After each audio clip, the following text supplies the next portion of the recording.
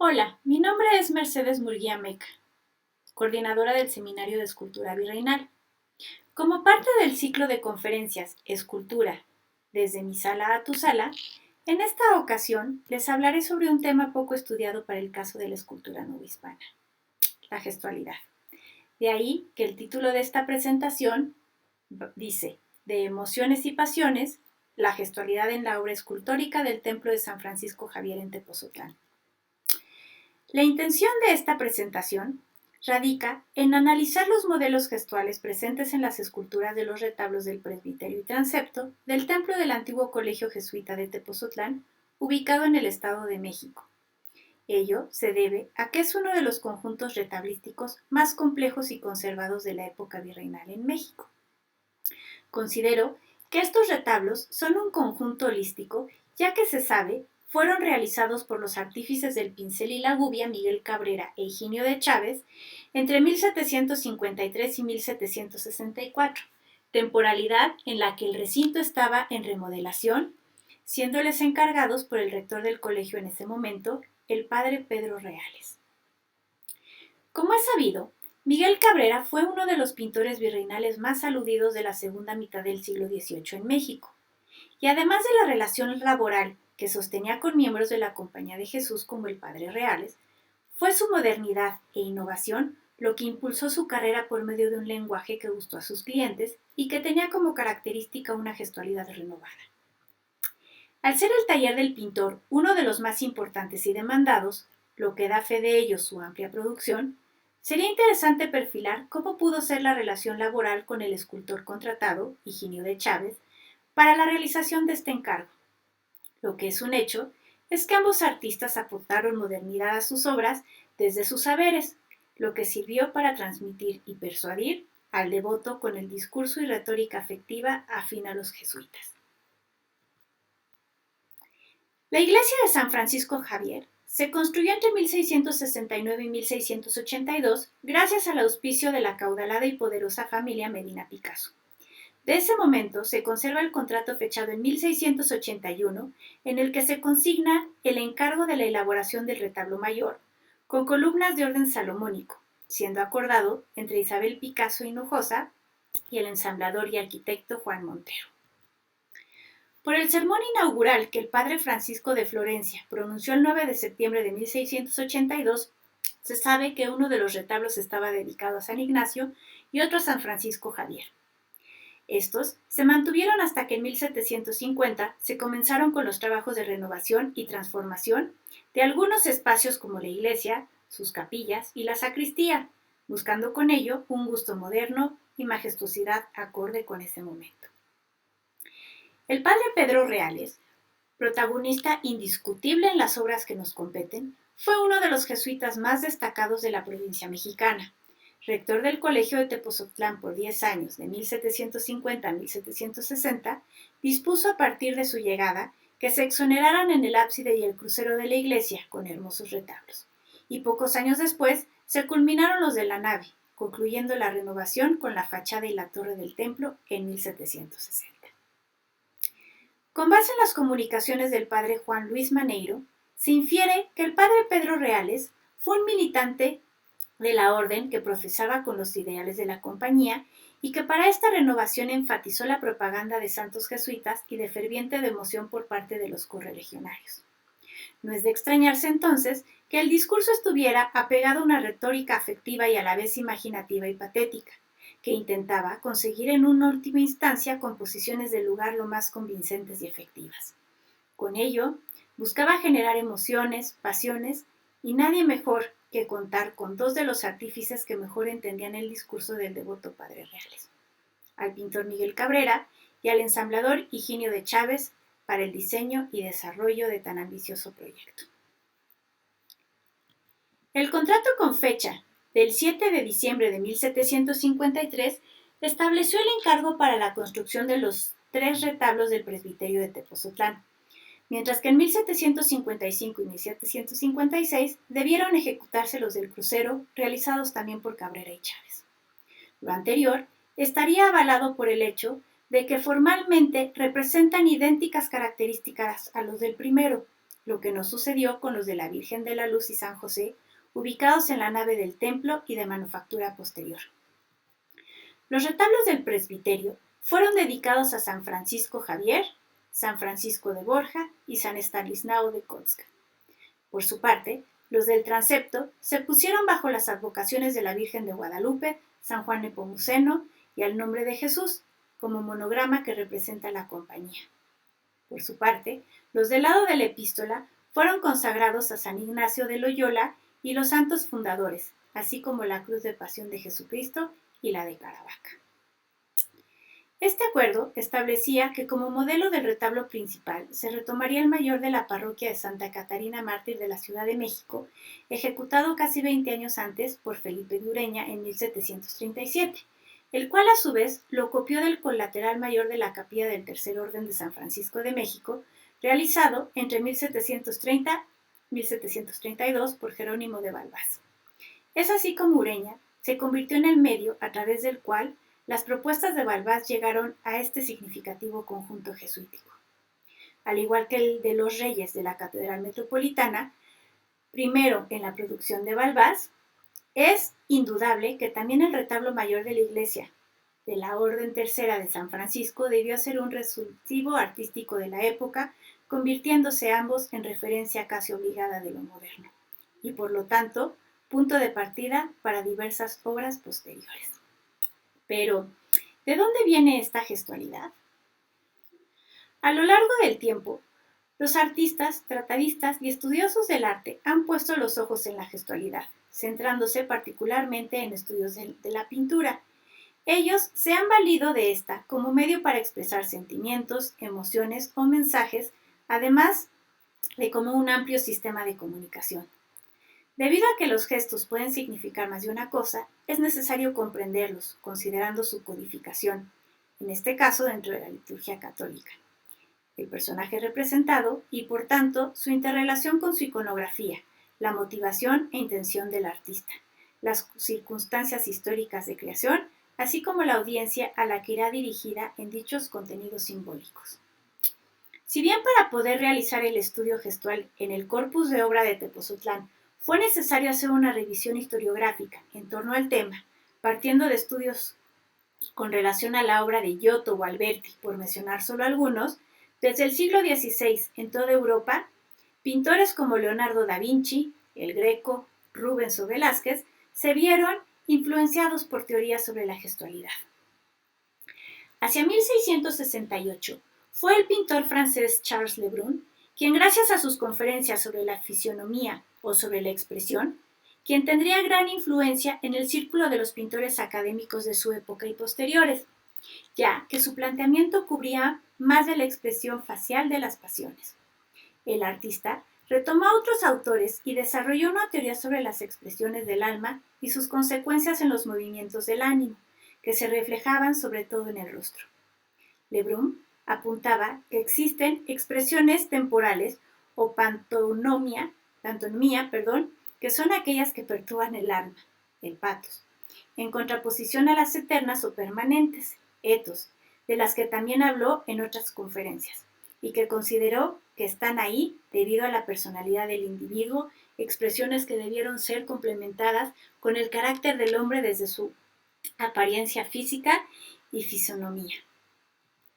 La expresión de las pasiones atendía a las emociones sentidas en el alma como la admiración, la veneración, el deseo, la alegría, el dolor, la ira, el espanto o el horror, y el artista las dividió en dos, las pasiones simples y las pasiones compuestas o mixtas. Dentro del primer grupo está el amor, el odio, el deseo, la alegría, la tristeza, y añadió la admiración, mientras que en el segundo el temor, la audacia, la esperanza, la desesperación, la cólera, el miedo, y sumó con otras como el llanto, la risa, el dolor corporal, el dolor del espíritu o la veneración, y explicó cómo un mismo sentimiento podía expresarse de formas distintas, por lo que en ocasiones dibujó 2 o 3 movimientos para una misma pasión. Para poder identificar la pasión representada en determinados personajes, es necesario analizar su posición, el inicio y fin de las cejas, si está fruncido el ceño o no, la caída de los ojos, las aletas nasales y las comisuras de la boca. Aquí se puede integrar que es un sistema que empieza con un sentimiento que va en aumento y termina en otro. Para 1715-1724, Palomino, en su tomo 2 del Tratado de Pintura, el Museo Pictórico y Escala Óptica, en inteligencia que debe tener el pintor de fisonomía para sublimar la perfección de sus obras, habla sobre gestualidad, tratado constatado por su importancia en la plástica virreinal. De igual forma, se sabe que Alberti fue retomado por el arte maestra, texto utilizado por los pintores novohispanos, además de Lebrun, como fuente de gestualidad. Al respecto, Cabrera emplea los grabados de las batallas de Lebrun y el conocimiento de la obra de Palomino queda evidente por su uso como fuente para la escritura de Maravilla Americana, así como otros textos. Ha sido la doctora Paula Mus quien ha propuesto la importancia que tiene la gestualidad como instrumento pictórico de persuasión en pintores novohispanos del siglo XVIII, lo que sostiene con sobrados fundamentos desde su investigación sobre José de Ibarra.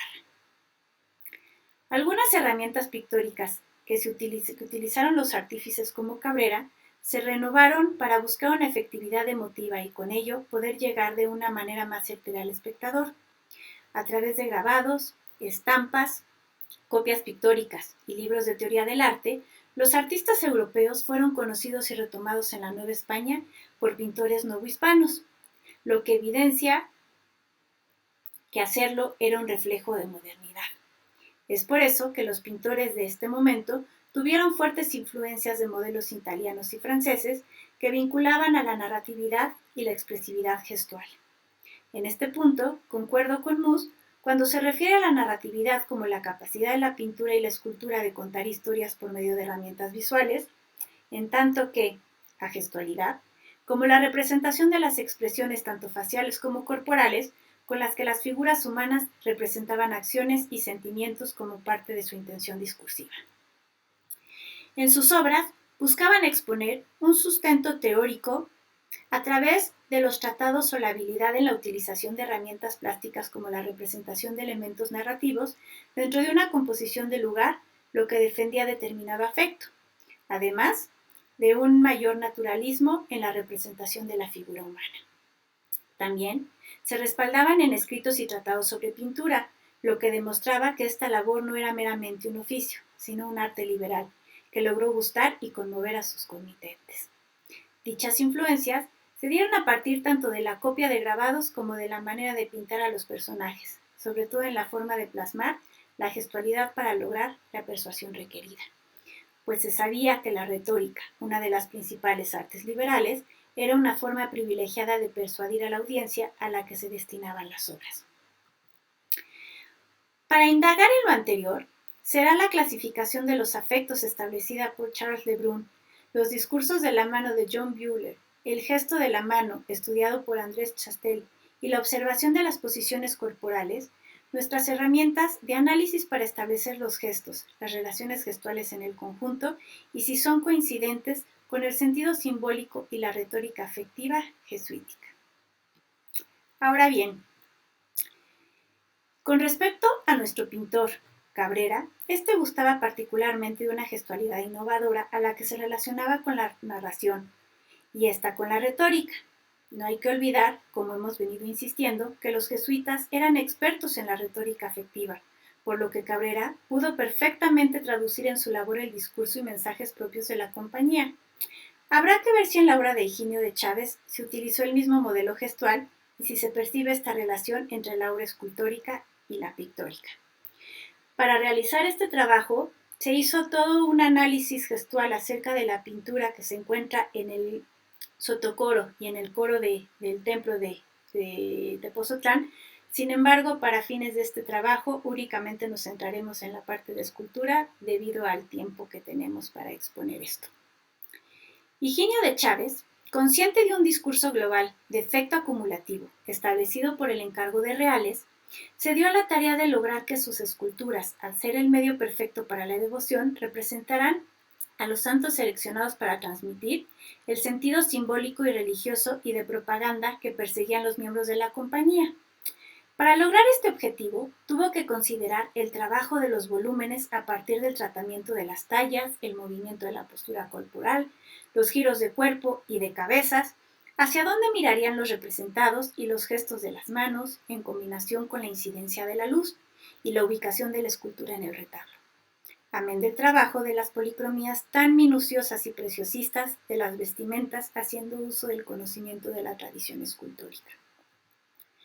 Nuestro artífice de la madera debió saber que en la concepción de una escultura era muy importante tomar en cuenta la distancia a la que sería observada, así como el tipo de iluminación que tendría debido a los volúmenes y texturas que su materialidad debía tener. La escultura policromada de estos años respondía a cartabones y modelos estereotipados de la visión de cada uno de ellos como parte de su reconocimiento. De ahí que la incorporación de la gestualidad a primera vista no sea tan evidente. Al respecto del señalamiento que hicimos en cuanto a la luz, es importante considerar dónde están situados los candeleros para imaginar el tipo de iluminación que se tenía de los santos.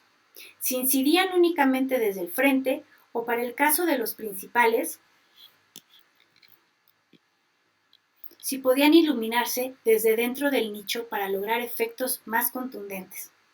Con base en ello, probablemente la gestualidad respondió a otro tipo de intenciones y muchos gestos no fueron enfatizados a través de la talla, sino a partir de la policromía con los diferentes efectos como frescores, peleteados y tratamiento de las encarnaciones. Ahora bien,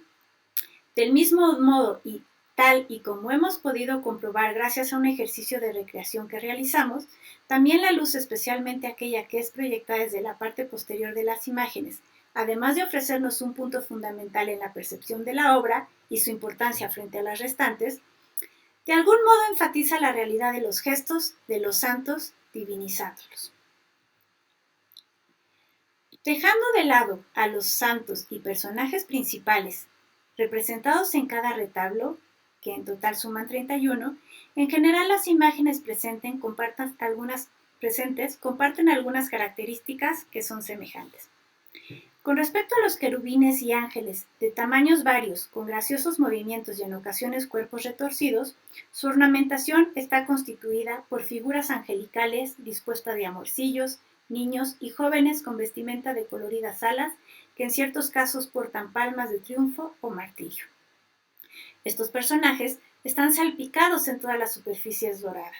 y van desde cuerpos completos hasta rostros pequeños. Nunca establecen un diálogo visual con el devoto y muy pocas veces lo hacen entre ellos. De rostros regordetes, con las miradas dirigidas hacia los personajes importantes, al frente o en ocasiones entre ellos mismos, responden a una concordancia con aquellos seres celestiales representados en las pinturas de Cabrera. Por la posición de las cejas, ojos y boca, podrían remitirse nuevamente al rapto de espíritu, el amor simple y la veneración. Además de compartir ciertos recursos en la visibilidad de estas maquinarias votivas, como los que plantea Amador Marrero para Tasco, Chávez aprovechó los espacios al máximo, utilizando molduraciones, roleos, cuernos de la abundancia, de los que emanan flores y frutos, puntas de diamante, guirnaldas y querubines,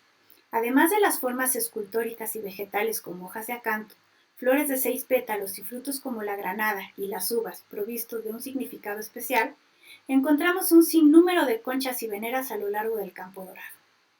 Este tipo de recursos son muy gustados para este momento, además de servir como un descanso a la vista dentro de los enormes campos dorados.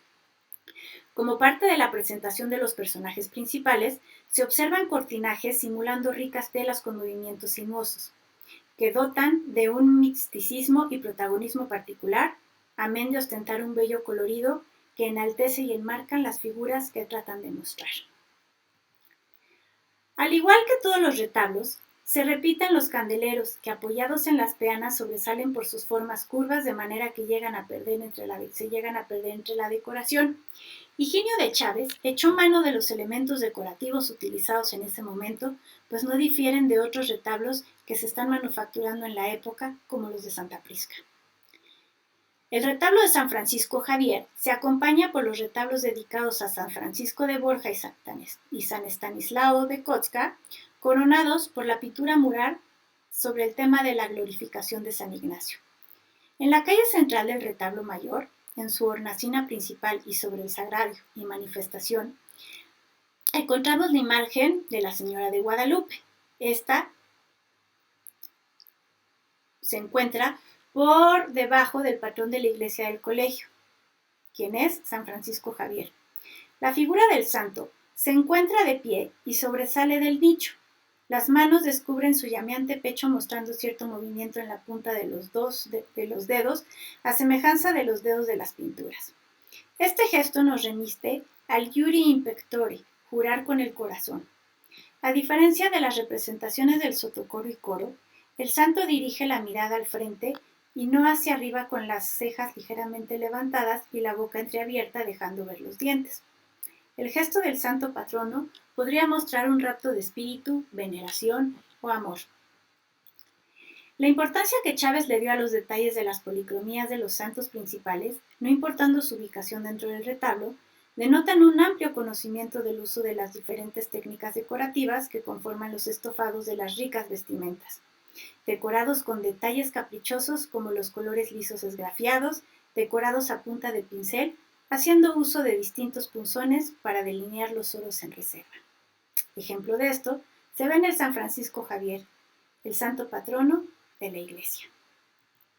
En el caso de las esculturas que lo acompañan, la gestualidad pareciera no ser tan evidente, pues tal y como se ha dicho, las imágenes provienen de modelos tradicionales cuyas representaciones eran estereotipos y cartabones que hacían alusión a la tradición escultórica de entonces. Sin embargo, se puede ver el trabajo realizado en las cejas, ojos y boca para remitir a edades o estados de ánimo.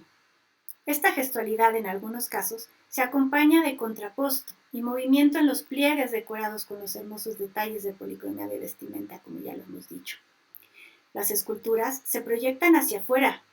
y las manos tienen posturas y movimientos particulares que se relacionan con su iconografía o momento representado, como por ejemplo su corazón encendido, haciendo alusión al amor.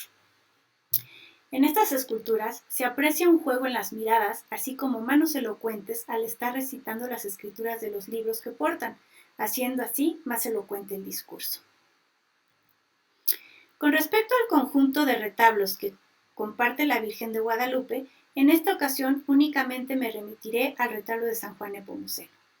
Como es sabido, este santo fue popular en las iglesias jesuitas, ya que es un personaje patrocinado por ellos, además de considerarse como santo de sigilo y de confesión. Esta escultura es muy expresiva debido al movimiento de su vestimenta, la posición de las manos y su rostro. Llama la atención que no muestre con la mano el gesto de guardar silencio como símbolo de discreción y silencio. El retablo dedicado al santo fundador de la Compañía de Jesús exalta las congregaciones religiosas más sobresalientes para que se tuviera presente la labor universal de estas fundaciones a favor de la expansión del cristianismo. De ahí la presencia de santos constituyentes de otras órdenes importantes como San Francisco de Asís y Santo Domingo de Guzmán. En cuanto al titular, el movimiento y aparición destaca, además de por ser la imagen principal, por el gran despliegue de la capa, semejando los vuelos de ropajes frecuentes en las pinturas de esa época, así como la flexión de la pierna izquierda que está de pie sobre una piedra, todo lo cual parece proyectarlo hacia afuera del nicho. No es casual que esté colocado con un poco más arriba que los santos que lo escoltan, además del rico cortinaje que lo anuncia. A diferencia de las pinturas que parecen basarse mayormente en la máscara mortuoria, su rostro tiene la boca abierta mostrando los dientes y frunciendo el ceño, con la mirada hacia arriba. Hay que recordar que el rostro de una escultura puede variar dependiendo del ángulo o altura en que se observe, por lo que debe tenerse en cuenta que estas esculturas eran para observarse desde abajo y no de frente o al mismo nivel. El gesto que observamos en este santo se trata nuevamente del rapto de espíritu debido a la curvatura de las cejas, la posición de los ojos y la abertura de la boca. A la derecha de San Ignacio está San Francisco de Asís, con su hábito marrón floreado y porta un crucifijo en la mano izquierda, mientras que en la derecha, al igual que San Ignacio, debió de llevar el estandarte de su orden. Su detallado análisis hace que valga la pena detenernos en la gestualidad de este personaje, donde dichas herramientas se hacen notablemente y lo colocan, según nuestro parecer, en un lugar de referencia para la nueva historia de la escultura virreinal. Las cejas están levantadas y son sinuosas, debido al ceño fruncido, dirige la mirada hacia abajo, indicando humildad y veneración, y las comisuras de la boca están hacia abajo y permanece cerrada. Su rostro es anguloso y muestra humildad y dulzura, reflejando la sencilla y austera característica a los que aceptan pertenecer a su orden. Este gesto nos podría remitir al dolor agudo del cuerpo que lleva un rapto de espíritu.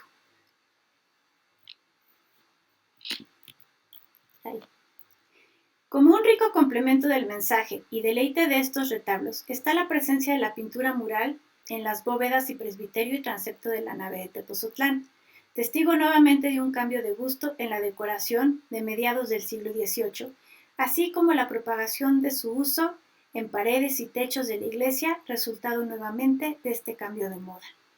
Los temas pintados en estas bóvedas enriquecen la iconografía presente en los retablos y constata la implementación de una modernización. Cabrera ejecutó estas escenas con composiciones sutiles, dulces y legibles, con una claridad de principios estéticos básicos de esta época. Pese a que los receptores no se iba a percatar de detalle, ahora bien, todos debieron ser solicitados por reales. Ahora bien, a manera de conclusión, entender la expresividad artística virreinal a través del gesto para ser comprendida más allá de la iconografía es un medio de concreción de una expresión la cual incluye una parte social, plástica y de construcción.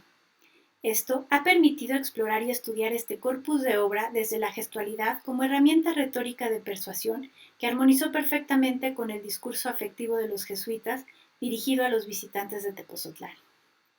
Cabrera cumplió con los deseos de su comitente, el padre Reales, y a su vez compartió esta gestualidad innovadora a Chávez, utilizada en las esculturas principales de los conjuntos retablísticos, que si bien no salió totalmente de las representaciones tradicionales, sí utilizó algunos gestos evidentes como elementos de innovación y concordancia con el pintor. Los gestos más recurrentes van en correspondencia con el discurso, que son amor simple, veneración y rapto de espíritu.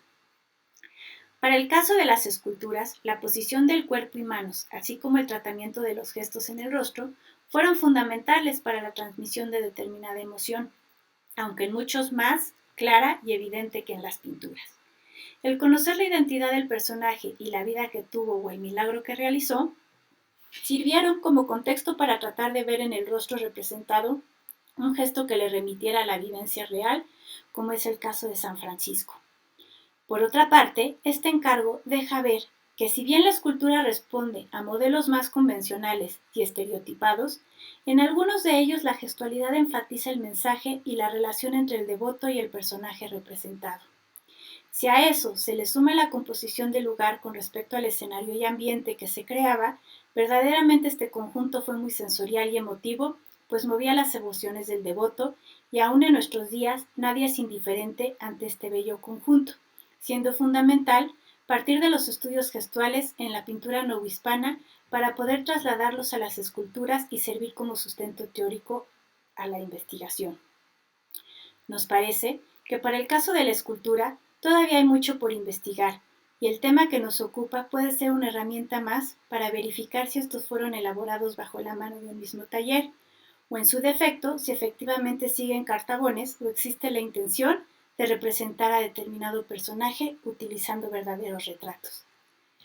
Estudiar la gestualidad en escultura todavía tiene un camino por recorrer. Sin embargo, este trabajo sirvió para colocar una de las primeras piedras para reiterar la importancia del gesto como una herramienta persuasiva. Muchísimas gracias.